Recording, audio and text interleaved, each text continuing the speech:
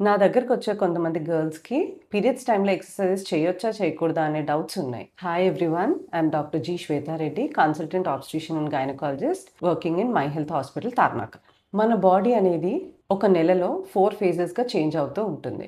So, ఈ phases వైస్‌గా ఏ టైంలో ఎలాంటి ఎక్సర్‌సైజెస్ చేస్తే బెటర్ అనేది తెలుసుకుందాం ఇప్పుడు. ఈ ఫేజెస్ అనుకూలంగా మనం ఎక్సర్‌సైజెస్ ప్లాన్ చేసుకుంటే మన హెల్త్ ఇంకొంచెం మెరుగుపడే ఛాన్స్ ఉంటుంది. ఫస్ట్ వచ్చేసి period phase. Day 1 to day 5 అనేది పీరియడ్ ఫేజ్.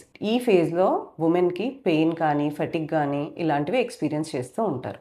సో, ఈ టైంలో light exercises, yoga, breathing exercises చేసుకుంటే చాలా బెటర్. లేదు అంటే రెస్ట్ కూడా ఒక కైండ్ ఆఫ్ థెరపీ. నెక్స్ట్ వచ్చేసి ఫాలిక్యులర్ ఫేజ్. డే 6 నుంచి డే 14 వరకి ఫాలిక్యులర్ ఫేజ్. ఈ టైంలో మన బాడీలో ఎనర్జీ ఇంక్రీజ్ అవుతూ ఉంటుంది. జాగింగ్, రన్నింగ్, కార్డియో ఇలాంటివి చేసుకుంటే బెటర్. స్ట్రెంగ్త్ ట్రైనింగ్ ఎక్సర్‌సైజెస్ కూడా చేసుకోవచ్చు. ఏదైనా న్యూ ఫిట్‌నెస్ రొటీన్ స్టార్ట్ చేయాలంటే ఈ టైంలో స్టార్ట్ చేసుకుంటే బెటర్‌గా ఉంటుంది.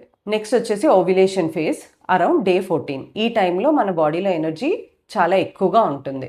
High intensity workouts, sports, running, strength training exercises ఇవి చేసుకుంటే బెటర్.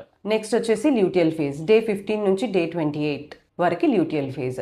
ఈ టైంలో బాడీ కొంచెం పీరియడ్స్ ముందు కాబట్టి కొంచెం టైర్డ్‌గా, వీక్‌గా, పీఎంఎస్ సింప్టమ్స్ తోటి కొంచెం అనిపిస్తూ ఉంటుంది. సో, వర్కౌట్ ఇంటెన్సిటీ తగ్గించుకుంటే బెటర్.